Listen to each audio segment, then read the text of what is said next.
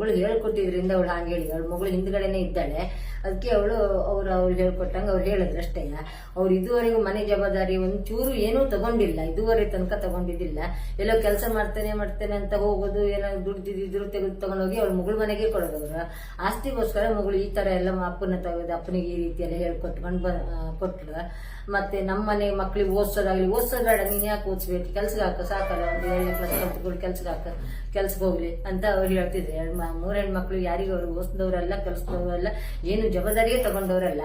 ಆ ಕಾಲದಲ್ಲಿ 1-2 ಲಕ್ಷ ರೂಪಾಯಿಗೆ ಒಂದೂವರೆ ಲಕ್ಷದಲ್ಲಿ ಮನೆ ಆಗಿತ್ತು. ಆವಾಗ ಕಟ್ಟಿದ ಮನೆ ಅದ ಒಂದು 5,000 6,000, ಈಗ ಮೊನ್ನೆವರೆಗೆ ಒಂದು 6,000 ಬರ್ತಿತ್ತು. ಈಗ ಆ ಮನೆಯಲ್ಲಿ ನಮ್ದು ಬಿದ್ದೋಯ್ತು, ಈಗ ಈ ಮನೇಲಿ ಬಂದಿತ್ತು. ನಾವು ಅದನ್ನ ಇವಳು ಏನೆಲ್ಲ ಹೇಳ್ಕೊಟ್ಟು ಅಪ್ಪನ ಹತ್ರ ಹೇಳ್ತಿದ್ದಲ್ಲ. ಅವಳಿಗೆ ನಿಜವಾಗಿ ಅವ್ರಿಗೆ ಮಾತಾಡಕ್ ಬರೋದಿಲ್ಲ.